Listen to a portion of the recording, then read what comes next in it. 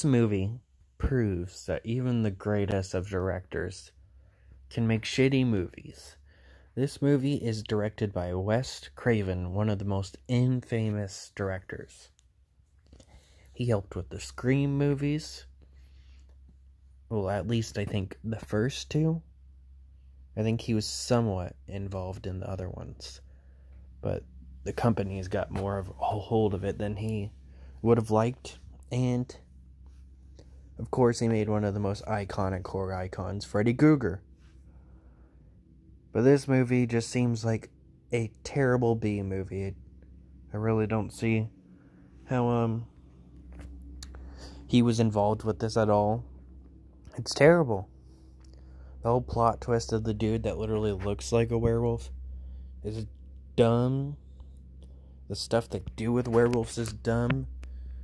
The werewolf costume does look better than most designs for werewolves, but it looks way too much like a costume. You can't tell me that shit looks real, bro. Oh, released the Craven cut. So I guess maybe he wasn't fully involved in this like he wanted to be, but still, I guess I won't talk about that as much. But yeah, this movie really wasn't that good. There's this dude, Bo, who's just homophobic for like the entire movie to this kid. And then he says that he probably has internalized homophobia, which is a real thing. And a lot of people deal with that. But movies never portray it right, from what I've seen so far. Just like, oh, it's the typical popular boy, and he's dating one of the prettiest girls in school. And then he decides to just randomly target some dude and be a complete piece of shit to him. And then they fall in love. The most popular thing, I don't know, since I've never watched it, is probably Shameless with Mickey Malkovich or whatever, and Gallagher. I'm pretty sure that it started off like toxic, and he wasn't ready to admit that he was gay. It's just something that studios seem to think they need to do. So he shows up, says, hey, I'm in love with you, because of that earlier scene where he said he has internalized homophobia, and he's like, oh, how'd you know? And tries to kiss him. And then he just stands outside his door for 2 minutes. I guess he really needed dick, because it goes inside, closes the door, he's clearly done talking to Bo, and the dog knocks some food on the floor and starts eating it, and they have a little confrontation, fight for a little bit, and then he closes the door, and he opens the door, and the dude's still there. Like, you were just standing outside the door for 2 minutes? What a creeper. You really need dick that bad? Then they run away in his awesome-ass car, and they go to find his sister or whatever. He actually believes it. Though, it was just a weird-looking dog that would kind of look like a werewolf. So, it's a bit surprising. And then when they get there, they go into like this mirror maze or whatever that's there for some reason. And they decide to split up. And no joke, immediately he gets attacked by the werewolf. I just assumed it was another off-screen death. But the movie remembers him like 20 minutes later. And he's like, oh, shit, Bo. And then turns out he just kind of has a scratch on him. And he's perfectly fine. Then he disappears for the rest of the movie. His character also says the F slur twice, which really wasn't needed. Then he had like 2 friends with him throughout the entire movie, but now that he's admitted he's gay, I guess they just decided to get rid of them, because they would just follow him around and laugh at his homophobic jokes. And then later, his girlfriend is like kind of stolen from him, I guess. I don't understand what's fully going on. Did he tell her first? Since, he went straight to Jimmy's house and tried to kiss him. Did he admit to her that he was gay and then he broke up with her? Because when Brooke, who I completely forgot in the movie because she really wasn't important, most of her lines were just, leave him alone, Jimmy, or, no, just, leave him alone, Bo, and just ignore him, Jimmy.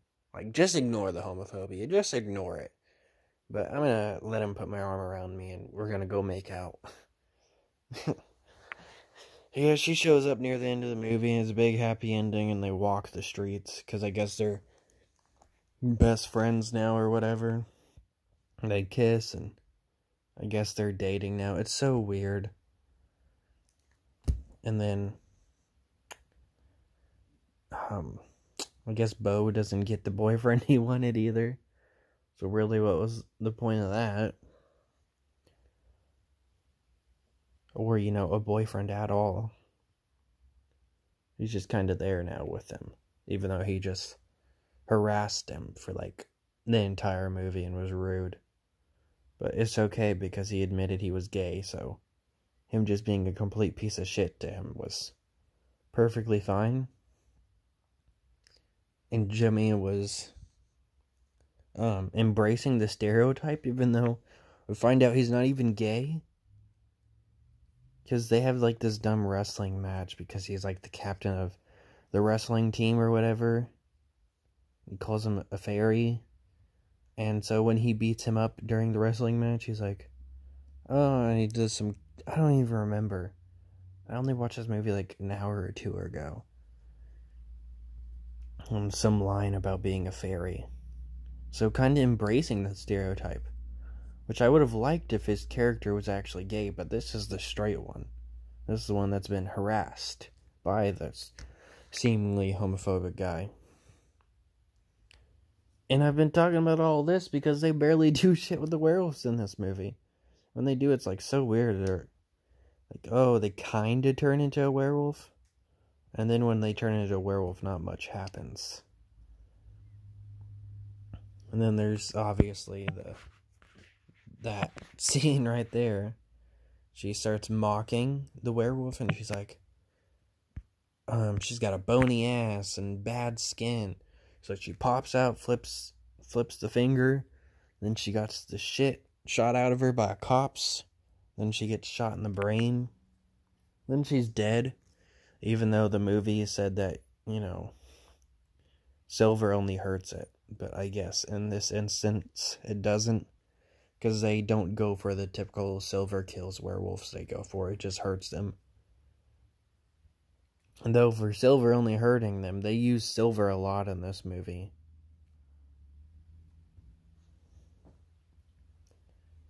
And, yeah, she's dead after getting shot in the brain with her brains all over the floor. Which would make sense for normal things, but since I said silver only hurts it, you would assume it would heal from that or whatever. They said you gotta separate its head from its body to kill it in this movie. And that also breaks the so-called curse thing.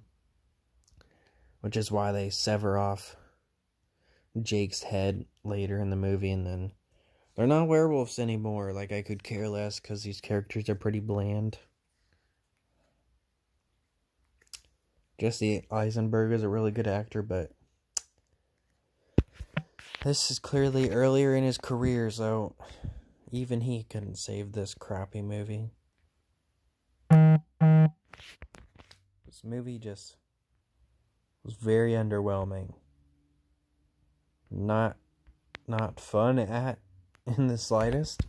They also try and do that typical thing that they do in horror movies where oh yes, this random side character might be the bad guy. So they have the girl that was kinda the main character's friend, who I forgot her name. Ellie, I should have remembered that since I recently finished replaying The Last of Us. Anyways, her guy friend that she kinda talked to occasionally in some scenes, well, they try and make you think he's the werewolf. He shows one hand and then she tries to tell him, hey, show the other hand, and he's like, oh, we don't have time for this, we need to go, there's a monster in here. So then he gets killed.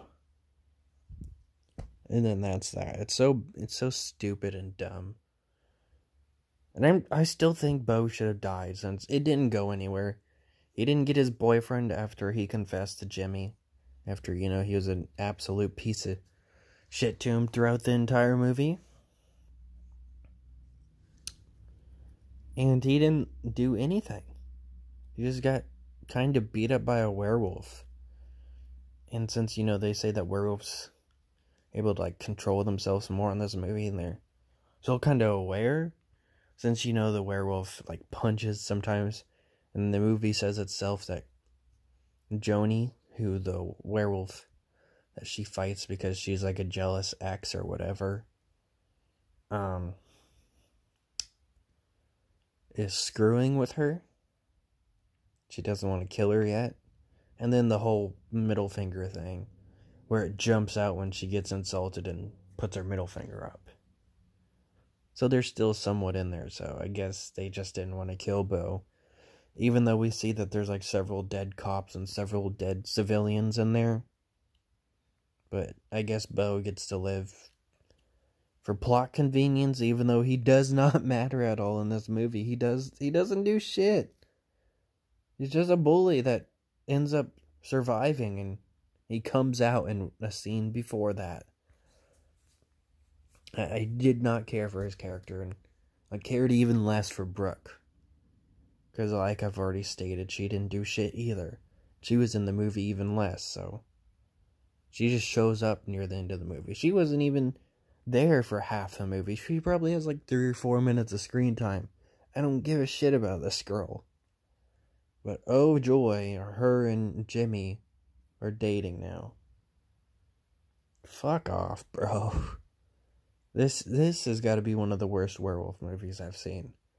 It was still not as bad as Werewolf Rising. Nothing beats that piece of trash.